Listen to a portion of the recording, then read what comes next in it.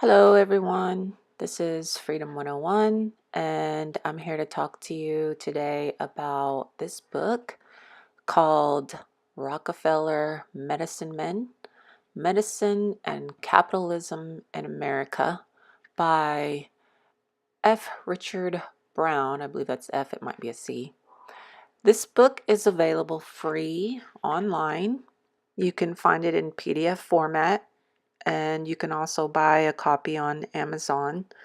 I believe it also may be on archive.org.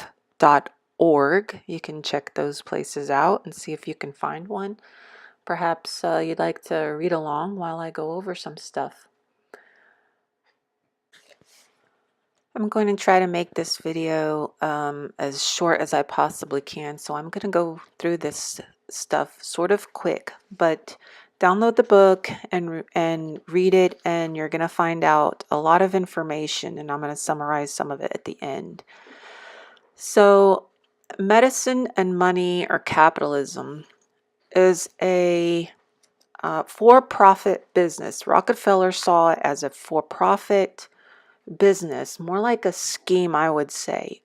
He took control of the medical industry so that he could create a middle class. And this middle class had to abide by the rules and go to college and get a degree and all sorts of things in order to practice medicine. So these things all cost money, and it also gave Rockefeller the ability to control how many people were able to get a license. And here's a quote from the book. Mark Hanna, a Cleveland industrialist, showed fellow capitalists that the president and executive branch of the government, as well as the Congress, could be secured for the protection of our business interests. Fearing the growing ranks of populists and their increased political strength, he established an interlocking political directorate of corporate leaders to organize their common interest and bring their influence more directly into the federal government. And as you read this book, you'll find out later that it just gets worse and worse. They eventually were able to create what's known as the FDA, which is really just it's not real laws, but we can get into that another time. Okay, so now on page 70, I'm going to read you something about the middle class. Okay, let's see. The history of medicine from the perspective can be understood as a political process in which the specific forms, however much they may increase the technical effectiveness of physicians, are also instruments of persuasion and symbols of legitimacy. The goals of reform leaders were to gain collective control for the profession over its working conditions and economics in order to establish a hierarchy of authority and power among the healing occupations, to assure that physicians reign firmly at the top of the hierarchy, and to assure them as high incomes as possible in any given historical period.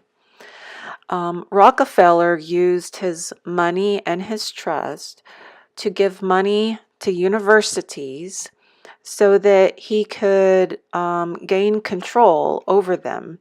He was able to give them money and stipulate where the money would go, such as building laboratories, and eventually requiring the doctors to get licensed, which also gave him the control over how many doctors were licensed, because at one period of time there were so many doctors in a certain area that they weren't making the money that Rockefeller wanted them to be able to make to maintain a middle class hierarchy.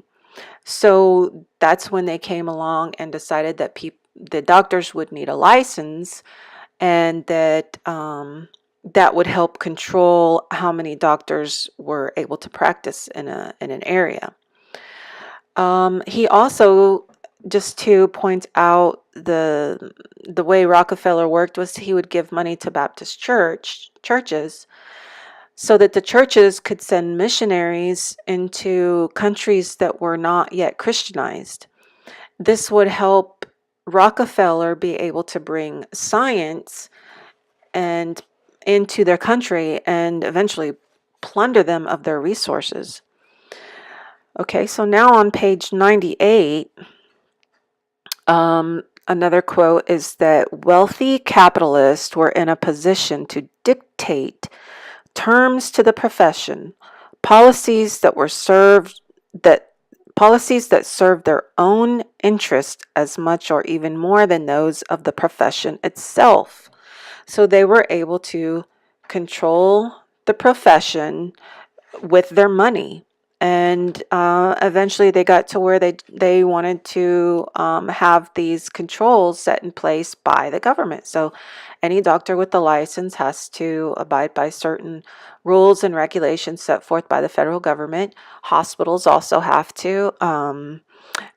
Clinics have to. They all have to abide by these rules and regulations. Whereas prior to that, prior to Rockefeller, there were none. There was no FDA. There was no middle class hierarchy structure with any power or authority over the government. Now on page 113, this is going to show you how health is profitable.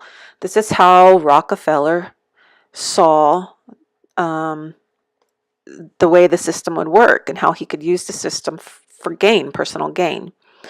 So Gates, who was one of the men in charge of Rockefeller's trust and putting all this stuff into work, it says Gates was far from a solitary figure, preaching the potential of medicine for capitalists. Big business, Gates observed in 1925, sponsored preventative medical care programs on a large scale because health is found in a variety of ways to be profitable. Healthy workers are profitable because they are an employer's human capital to be utilized for production of saleable goods and services. Just as the capital invested in machines needs to be protected by adequate maintenance programs, so too does human capital require maintenance and repair, a perspective long recognized in many contexts. So this book is a really good read. I would suggest reading it in detail. I don't want to make this video too long. I want it to be kind of short. But I wanted to tell you about this book and encourage you to read it. It's not too long. It's, I don't know, around less than 300 pages. Now, when you read this book, you're going to find out that medicine was a for-profit scheme set forth by Rockefeller and his employees who administered his trust. And it goes in a little detail on how governments are bought and paid for and used for the benefit and profit of capitalists.